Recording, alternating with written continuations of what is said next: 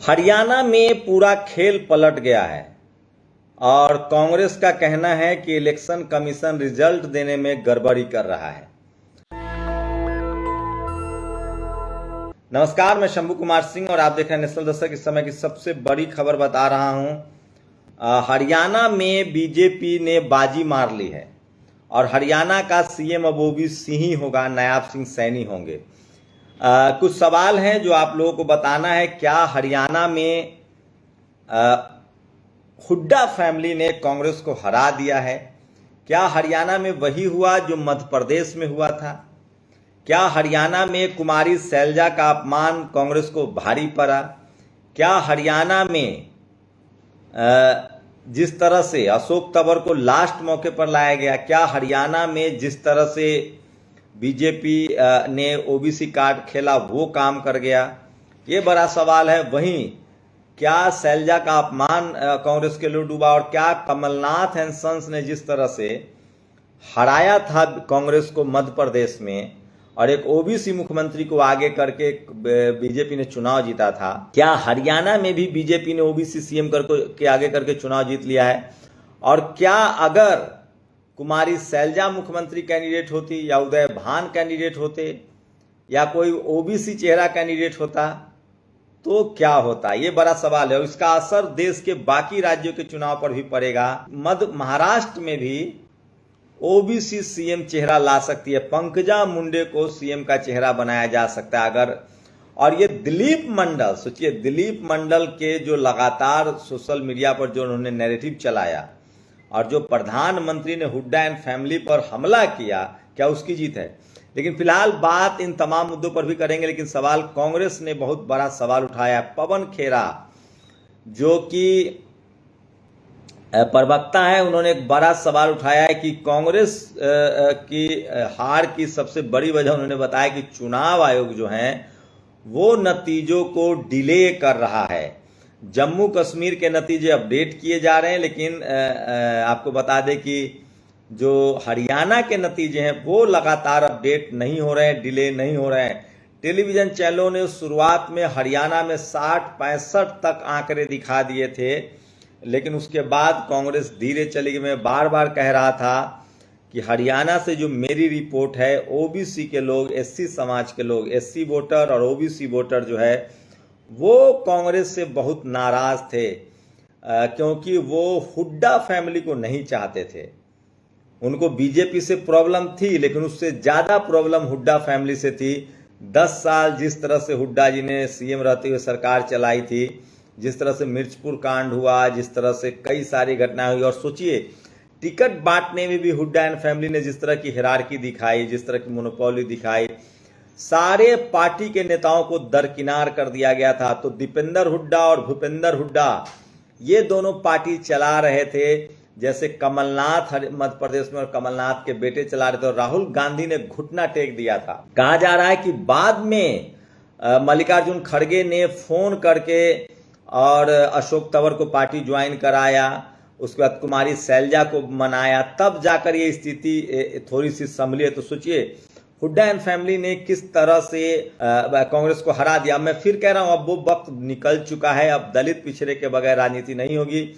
और प्रधानमंत्री दिलीप मंडल जो फेसबुक पर लिखते थे, ट्विटर पर लिखते थे, लगता था प्रधानमंत्री का भाषण दिलीप मंडल लिख रहे हैं। सोचिए, तो ये बड़ी खबर है। वहीं फर्जीवाड़े का एक बड़ा आरोप लगाया है। दरअसल सीएम ने 2 दिन पहले बयान दिया था कि सब कुछ मैनेज है, सब कुछ कंट्रोल में है, और जैसी चुनाव के नतीजे आएंगे बीजेपी कांग्रेस ईवीएम पर रोने लगेंगे और ईवीएम पर ठिकरा फोड़ देंगे।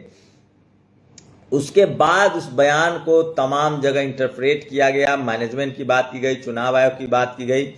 ये बात तो है कि चुनाव आयोग की विश्वसनीयता खतरे में है। इससे पहले भी बिहार में देखा गया है कि जब आरजेडी के पक्ष में अच्छे नतीजे आ रहे थे तो चुनाव आयोग ने गिनती को स्लो किया था और देर रात तक गिनतियां चली थी। जो खेरा है, जो कांग्रेस के प्रवक्ता, वो कह रहे हैं कि लोकल ब्यूरोक्रेट्स पर, जो लोकल अधिकारी हैं, डीएम होते हैं या जो लोकल काउंटिंग में अधिकारी होते हैं, क्या उन पर मेंटल प्रेशर बनाने के लिए इस तरह से आंकड़े को रोका जाता है ताकि बढ़त दिखाई जाए? जिस पार्टी की बढ़त दिखाई जाएगी अधिकारी उसकी तरफ मूव करने लगते, उनको लगता है कि ये सरकार आने वाली है। क्या इस तरह की बात होगी? लेकिन हरियाणा में तो जनरल कैटेगरी के लोग सत्ता में ज़्यादा हैं, तो वो तो कांग्रेस के साथ है ऑलरेडी। लेकिन ये हरियाणा की हार की असली वजह जो है वो कॉम्बिनेशन दिख रहा है, और ओबीसी मुख्यमंत्री बनाना बीजेपी को फायदा कर गया। इस तरह का विश्लेषण कोई टीवी अखबार आपको नहीं दिखाएगा, क्योंकि वहां SC ST OBC किसान अल्पसंख्यक के पत्रकार ही नहीं है। जैसे जम्मू कश्मीर को आखिर एक मुस्लिम मुख्यमंत्री मिल ही गया, देश में अभी की स्थिति में कोई मुस्लिम मुख्यमंत्री नहीं है, तो फिर एक मुस्लिम मुख्यमंत्री भी मिल गए हैं, तो ये डाइवर्सिटी जरूरी है। लेकिन जो खेरा ने सवाल उठाया है वो भी चुनाव आयोग की विश्वसनीयता तो धीरे धीरे कम हुई है। तो चुनाव आयोग पर उन्होंने कहा है कि रिजल्ट हरियाणा के जो है जम्मू कश्मीर के मुकाबले काफी धीरे दिया जा रहा है, काफी स्लो दिया जा रहा है। ये बड़ा सवाल उन्होंने उठाया है खेरा ने।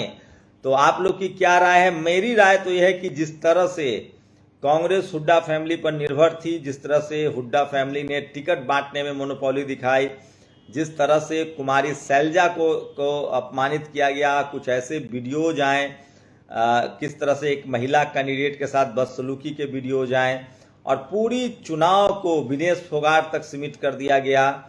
वहां आपको बता दें कि 25% SC समाज हैं, 20% जाट समाज के लोग हैं, 40% करीब वहां 50% OBC समाज है, वो 50%, 10% में बाकी मुस्लिम समाज भी है। लेकिन पूरे चुनाव को कांग्रेस ने जिस तरह से हुड्डा फैमिली और विनेश फोगाट पर रखा हुआ था वो पसंद नहीं आया OBC को, और OBC वहां अपना मुख्यमंत्री चाहते थे, 50% वोट है उनका।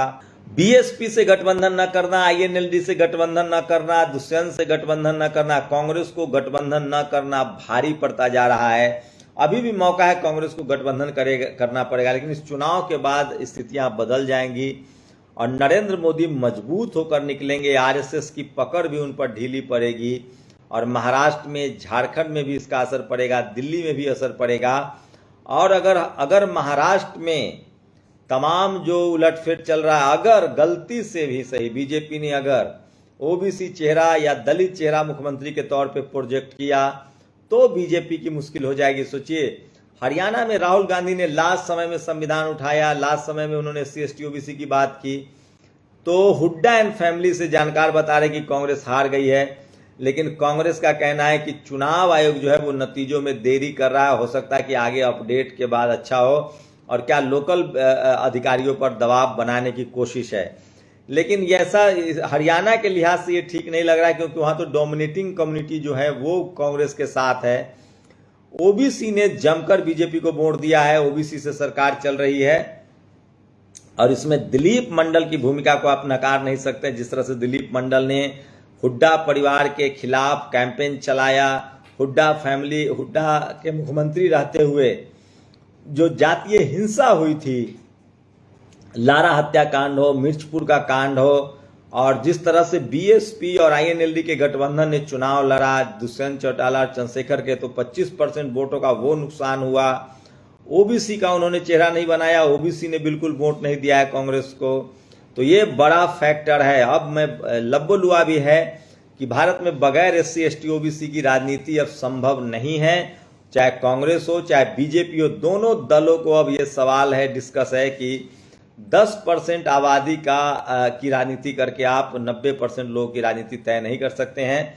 जैसे जम्मू कश्मीर में देखिए कि मुस्लिम मुख्यमंत्री मिलने जा रहा है दोबारा फिर से। जम्मू कश्मीर में कांग्रेस का प्रदर्शन बहुत अच्छा नहीं है, उससे अच्छा बीजेपी का प्रदर्शन है। कांग्रेस 10 सीटों पर सिमट रही है। नेशनल कॉन्फ्रेंस ने वहां लगभग 40 का आंकड़ा पार कर लिया है, बीजेपी 25 सीटें जीतते हुए दिख रही है। तो बीजेपी का प्रदर्शन खराब नहीं हुआ है, क्योंकि बीजेपी अब कास्ट डाइवर्सिटी को समझ रही। दिलीप मंडल जब से गए हैं बीजेपी में, तब से वो उनको समझा रहे हैं SC ST OBC की राजनीति तेज हो रही है। और हरियाणा में तो साफ है कि चुनाव आयोग की जो भूमिका हो, EVM की जो भूमिका हो, लेकिन OBC मुख्यमंत्री ने कांग्रेस को हरा दिया है, और हुड्डा फैमिली से कांग्रेस हार गई है। तो हुड्डा फैमिली का वर्चस्व टूट गया है, और अब देखते हैं आगे कांग्रेस क्या करती है। कुमारी शैलजा को इग्नोर करना कांग्रेस को भारी पड़ा है, और कांग्रेस हरियाणा में हार रही है। नेशनल दस्तक की आपसे गुजारिश है कि अगर इसको बचाना चाहते हैं तो नेशनल दस्तक को सब्सक्राइब करने के लिए रेड कलर के सब्सक्राइब बटन को दबाएं, फिर बेल आइकन की घंटी दबाएं। नेशनल दस्तक को बचाने के लिए बहुत जरूरी है कि हर खबर को शेयर करें, लाइक करें, कमेंट जरूर करें।